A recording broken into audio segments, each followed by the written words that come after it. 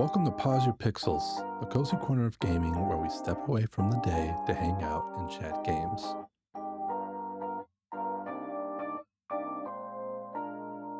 Welcome to my first episode. This is going to be the first episode of the podcast.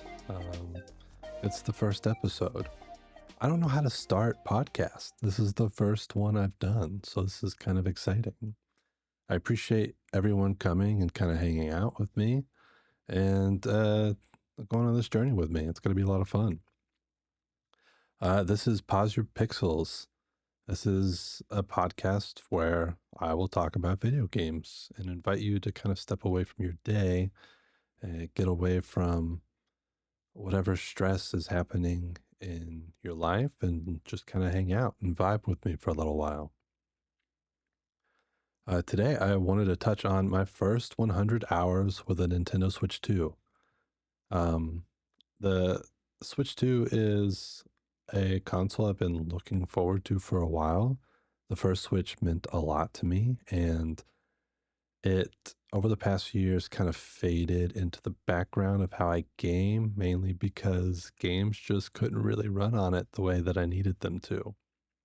So when the Switch 2 was announced, I was very, very excited. I ended up grabbing a pre-order uh, through a website. I think it was Best Buy, but I ended up canceling that one and going in store to GameStop to pick one up. I felt like this was going to be the last opportunity I had to actually participate in a midnight launch, which sounds silly, but that's like a huge part of what I did growing up was go to midnight launches for different consoles, for different games, pick those up, play it all night long, and stay up through the next day. It was exciting and something that I've missed for a really long time. So that's what I did. I went to GameStop and I picked up the Switch 2, and it was really exciting. There was probably over 100 people there to pick one up. I ended up being pretty far back in the line, but I was able to secure a bundle with Mario Kart, which was really, really exciting. So I was able to bring that home, get it unboxed, and just start racing right away. And like I said, there was a ton of people that were there to pick it up, and it ended up becoming the fastest selling console of all time, selling 3.5 million units within the first 4 days, I believe. And I think within the first month, it reached 5 million units, which is crazy to think about. There's plenty of Switch 2 out in the wild. I see restocks coming in all the time. So if you want one, you can get one, I feel, pretty easily. If you're just patient and keep checking in, you should be able to grab one soon. Um, but to kind of go further into that, I came home with Mario Kart World, which was really exciting. So to kick off my 100 hours that I've spent with the Switch 2, Mario Kart World was the first game that I played. And this has probably got to be my favorite Mario Kart game to date. I think that the racing feels really good. The driving is smooth. It's not too fast. It's not too slow. It just feels like it's in a good spot with their 150cc, especially with all the additional stuff you can do within each track and the wall riding and the jumping and the grinding. There's like a lot more involved with how you're approaching each race. And I think that the tours are really fun and exciting, and getting to see all the new tracks and how they connected together in the world was a lot of fun. And it was just it was a great time. And I was able to jump in with a few friends a couple of times, and playing with friends was just a wonderful time. In between each race, we could just kind of like ride around together, which I really loved. And you had photo mode, which was awesome. And so it was a really wonderful experience, especially in those first couple of weeks where we just kind of had this community moment. Now, I will say, with that being said, not all of my friends got a Switch 2 at launch. So I didn't have any to play with, just a handful. And, after the first few days of the excitement, we had our lives and our schedules that we had to get back to. So I wasn't able to kind of dive in as much as I wanted to. And going in solo was a lot of fun, and doing the online stuff was great. And the knockout tour was a lot of fun.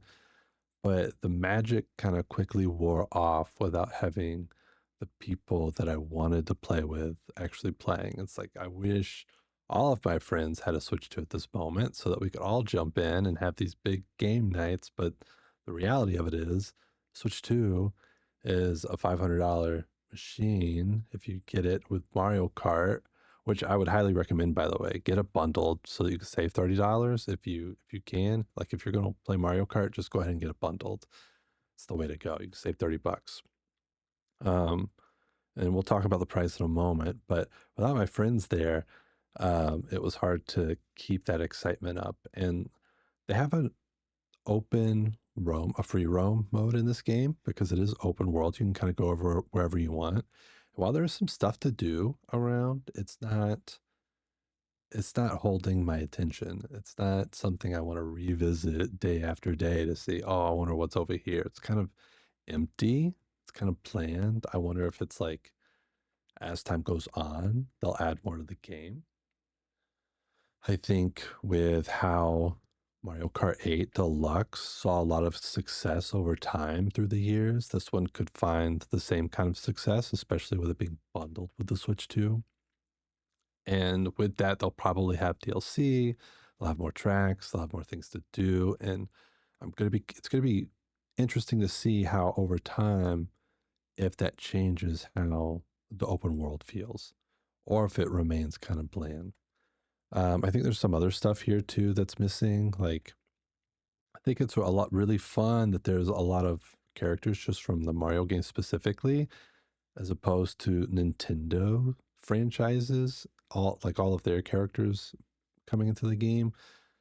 It's interesting to see more types of characters, but they don't all get costumes, and that's a big, big detractor for me because I am a Penguin fan and I really love playing as the penguin, but why can't I give my penguin a bow tie or a hat or some kind of costume to go with it? Again, this could be something that they add with DLC or like as expansions come out. But as of now, really disappointed with the character selection and the outfits because that was a big thing that they pushed in the beginning was that you could change outfits as you were riding around. But you know, it's possible that changes in the future. I think Mario Kart is still my favorite Mario Kart. Mario Kart World's my favorite Mario Kart to date. Um, Especially being someone that only really played other older Mario Karts with friends. This one feels like something I can just kind of jump in and have fun with and kind of learn some of the new tricks. But yeah, there's a lot left to be desired with the game. So we'll see if that kind of evolves. But that kind of leads me to the biggest hurdle with the Switch 2 launch with it was what am I playing if not Mario Kart World? There's no other Nintendo game that came out, which is crazy to think about. Nintendo Switch 2 not launching with some sort of single player experience. This all changes like literally this week with Donkey Kong Bonanza. Well, this week at the time of this recording. But when it launched, I was really looking for a new experience to have on the Switch 2 that I could kind of play with by myself because not all of my friends had a Switch 2 at launch. I didn't really have many people to play with. If I'm going to play this thing, it's going to be for me. And there wasn't anything that Nintendo offered that would fill that space. So, what did I do? I dove into my backlog to see, okay, of these collection of Nintendo Switch games that I've been collecting over the years that I haven't gotten to because I'm worried about performance or not having as much fun with the Switch at the moment. Other games just perform better elsewhere. What of those backlog games haven't I played that I feel like could possibly give me that new, fresh experience that I needed from a new console. And while some of you might be thinking, wait, Jacob, more games launched with the Switch 2. Yes, they did. Games like Hitman, Cyberpunk 2077, um, there was Street Fighter 6. These were all games that I can play on other platforms, which would still honestly probably perform better, but there were experiences that I could get elsewhere and experiences that I've already had. These are games that have been out. It's nothing brand new, and I needed something fresh. And so I found a game that a ton of my friends have been raving about for years. A game that I really wanted to try to dive into that I attempted to once before on the PS5. And for some reason, it didn't click with me at the time. But I felt there's nothing else that I want to play right now. And this might be the optimal moment to dive in. That game is Persona 5 Royal.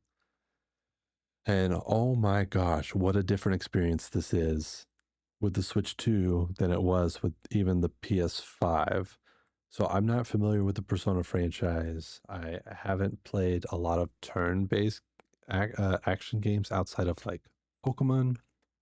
And Pokemon turn-based is completely different than other games' turn-based combat. It's very simplified. It's something I've been used to since the 90s. So it's familiar, it's comfortable. Diving into new turn-based combat systems is sometimes just a little overwhelming. And it takes me back to when I was playing this game for the first time on the PS5. And the struggle that I had was so many tutorials. It was a lot to learn. I'm not entirely sure what's going on with the story in the beginning. I'm having a hard time keeping up, and I just kind of fell off. However, with the Switch 2, this was completely different.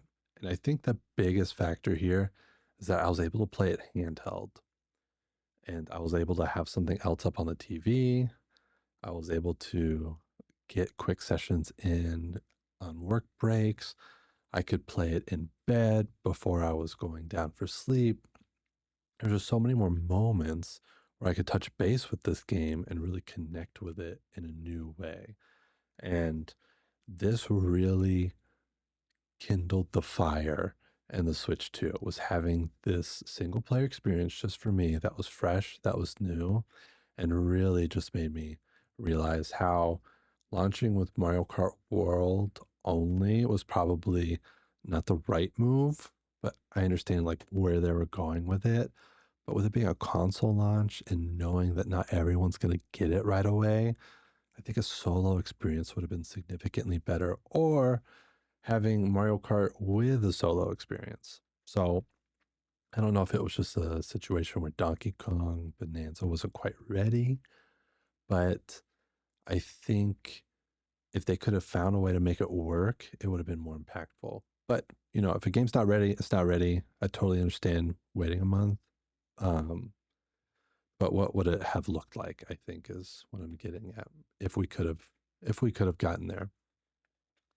Um, but Persona 5 Royal really caught me off guard. I'm really digging the story. I'm really connecting with the characters. I think as a whole experience, I understand now. I understand where my friends were coming from when talking about it. I understand why it's on so many people's like top 10 list of all time games. I understand why it went crazy like in the West when you know, the way that it did to like really bring Persona to the forefront over here. I see it all now. I see the vision. It's impactful. It's wonderful. I'm about 55 hours into it, which I think is like halfway, which is crazy to think about. There's still so much more to do. But that took out a huge chunk of my first 100 hours with the system. And it was a good chunk. I'm very pleased. I'm very happy with selecting this game and trying it out. I think it really reinvigorated my spirit, and it was something that I was worried about when I was missing that single player experience. Um, but like I said, only 55 hours in that. Mario Kart World, I've got about 15 hours in. So if you're looking at that total, it's about 70 hours that we're accounting for. And so there's still 30 hours missing from our first 100 hours. And that's where this next game comes in, a game that launched in June. That game was Date Everything. And this is a game that I have had my eye on for a while, mostly because it seems like it's a celebration of voice actors and their craft. And the lineup that they have, the cast is fully stacked. If you haven't seen it yet, go check it out. Some of my favorites are there. You've got your Matt Mercers, you've got your Brenna Lee Mulligans, you've got all of these cast members. I think almost everyone from Critical Role is in it. Um, you've got um, Zuko from Avatar and so many brilliant characters. I can't go through them all because there's literally like uh, over 50, over 60, maybe over 70 characters or dateable objects in your house. And after playing this game for what's been about 20 hours or so, it really is a celebration of voice actors. But really, it feels like a celebration of the connection that we get to voice actors through the characters that they portray. And I think that's really special. I think they've done a really wonderful job at that, because there are different ways that you can interact with them outside of just like dating. You can date and become friends, you can date and become lovers, or you could like have these conversations and end up hating each other, which is really exciting. But each interaction brings you to something new and introduces you to more objects that then turn into these dateable people in front of you that they've made incredibly attractive and incredibly charismatic. And everyone does a really wonderful job in this game. So Date Everything also just like a huge success for my Switch 2.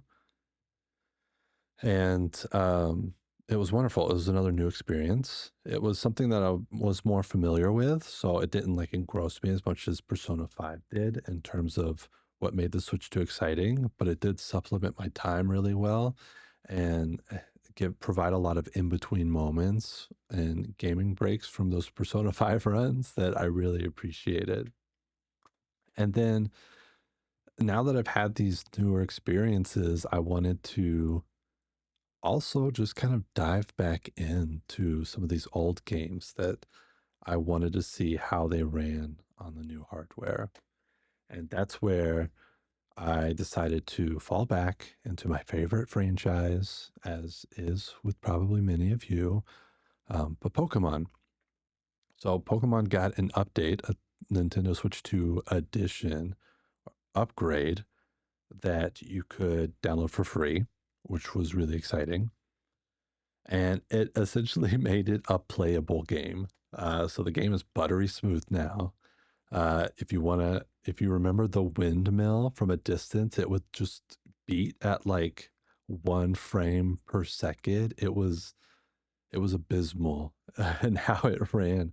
But now from a distance, it runs as a windmill should. Everything looks and acts and interacts the way that feels right. The bugs are gone. It's not choppy. I remember the first time playing through Scarlet, I would have to take these breaks because the frame rate would dip and stutter so frequently to a point where I would get headaches and my eyes would strain. And it was really hard to get through the full game and have fun with that. Um, but this new update really fixes all of that. And it even provides, more Pokemon in the open world. So now when you're running around, you're going to see more out in the wild. There's still some pop in that's happening. I don't know if that's just, a restriction from originally developing it from the original Switch, but there's still popping that happens, and the textures are still really bad on like the mountainsides and with like the grass, but the Pokemon are in larger groups. There's more of them popping in on screen. And I feel like when I get back into the rhythm of things, it's going to be really fun and exciting to dive into shiny hunting again. It's something that I did a lot of in Legends Arceus when it was out. It's something that I tried to get into as Sword and Shield, but I typically fell into more of the competitive scene in Sword and Shield. But with Scarlet and Violet, it's something that I always wanted to do more of, but it was hard to go back and do because the performance just wasn't good. And Pokemon would pop in and out so frequently and so quick. And if you went too far, then you lost sight of them. And it was just, oh, it was a mess. But it's all better now. And it really has me excited for Legends ZA coming out in October. I believe it's October 15th. Feel free to correct me if I'm wrong. Um, but it has me really excited to see what the Switch 2 version is going to look like with this game, especially with having a focus on the Switch 2 and being able to be developed for it from, I'm hoping, from the start of its development cycle, and see what you're able to do with a game from the get go with a Switch 2 launch. I'm expecting the 60 FPS. I'm expecting that it's going to run smooth and it's not going to have many bugs, which, it's still a new game, so it might have bugs, but I'm expecting a lot more now, which is exciting. It kind of creates this new excitement around what's going to come with the console, and its launch, which is really, really fun. Um, and there is, as of today, they actually announced a Pokemon Presents next week on the 22nd, I believe. And I believe we might be seeing some additional gameplay of Legends EA. I don't think it'll be the biggest focus on it. It'll just be part of it as like a reminder. And hey, here's some story tidbits. Here's some other stuff you'll be able to do in the game. I'd like to see more of the city, especially with being constricted to just the city. How is that going to work? Those wild zones feel small from what we're seeing. Will they get bigger? I want to see more about how the battle system works with the trainers when it becomes night. Is it just going to be Lumio City? Will we get to travel to anywhere else and, hop on like a bus or a plane and get to go to like different cities maybe? That would be exciting. Doubtful, but I wouldn't put it past them. We have different zones in Legends Arceus that you could visit. So I'm just, maybe it's possible. We'll see. But we're also just gonna have a bunch of like mobile stuff and updates like TCG Pocket and that presents too. So it won't be dedicated strictly for Legends ZA, just part of it. But yeah, that was the bulk of my 100 hours. It was Mario Kart World, Persona 5 Royal, which took up more than half, Date Everything, and then Pokemon Violet is the one that I've really dove into. I decided to start a new save on that one, which is really great.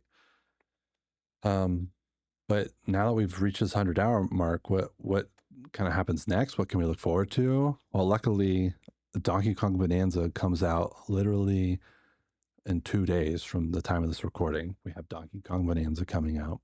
I'm so excited for Donkey Kong.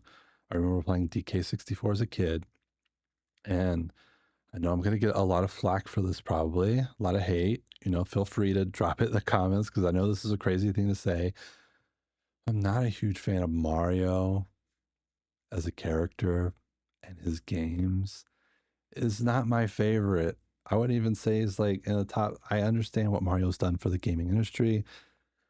I understand what Mario's done for games. I understand the complexity and the wonder that those games bring to so many people. And I think that they're excellent games. Like, I play them, I never finish them. I think they're wonderful, but I've never connected with Mario as a character. I don't think I've connected with his design. I don't think I've connected with how he says things. Um, we just, me and Mario, we just run in different circles, is all I'm trying to say. So I tend to gravitate towards other characters that have showed up in the Mario universe. One of them being Donkey Kong. I love Donkey Kong. Before many characters were added to Mario Kart and like the traditional Mario Karts, I was always Donkey Kong or Yoshi. And now we finally have a new 3D Donkey Kong coming out. That's not a side scroll. It's not a side scrolling platformer. It's not 2D. It's not, what we know of Donkey Kong to be with like Tropical Freeze and Donkey Kong Country, all those games. We actually have a big Donkey Kong game coming out that can be the true successor to DK64. I have so many good memories of DK64, so I've been just thrilled that I finally get to play a new Donkey Kong, and I'm so excited that it's in just a couple of days. And if you're listening to this, I'm probably playing it, and I'm so thrilled. So, um, call me a Mario hater or whatever you need to do. Just know that I'm going to be having a blast playing Donkey Kong and experiencing this game. A true single player experience, Nintendo experience on the Switch 2. It's really exciting to finally jump into that. And, just to kind of get into my final thoughts before this episode goes on way too long. First 100 hours, full of surprises, full of nostalgia and experiences in those midnight launches, full of new favorites with Persona 5 Royal, Date Everything. I think the Switch 2, it didn't meet my expectations in the way that I thought it would, but it ended up exceeding them in ways that I hadn't expected in the first place, which is really a treat. I think it was a wonderful launch. It was a great first month, and I'm just so excited. It kind of reinvigorated my joy in video games, where things started to feel stale. Things started to feel very samey in a lot of ways. This has me excited for new experiences, for new things to come, and just for video games in general. It feels fun right now, which I feel like I haven't been able to say too much in a very long time. So I'm really looking forward to what's next in the world of Nintendo and what they have in store in the years to come. Um, but yeah, we'll see. Um, but until then, thank you so much for joining me on my first episode. This was very nerve wracking. I've been sitting on this for a couple of weeks now, just like not knowing what to do, trying to figure out what I wanted the format to be. I kind of just wanted to talk to you in this first one, talk to my friends, talk to new friends, just kind of really feel out how I wanted this to be. And I feel like I was able to do that with this. And I was able to actually fill some time. I feel like I was talking maybe too fast, and I didn't know if I was going to speed through it and only have like 10 minutes of recording. But I filled some time, and I feel really good about it. So thank you all for joining me on this, and I appreciate you spending the time with me. And I hope that it was an enjoyable half hour, and you were able to step away from your day and kind of recenter, breathe, and that going back in, you have a wonderful day ahead of you. But until the next episode, may your health bar stay full and your pixels stay sharp. This was the first episode of Pause Your Pixels. Happy gaming, everyone.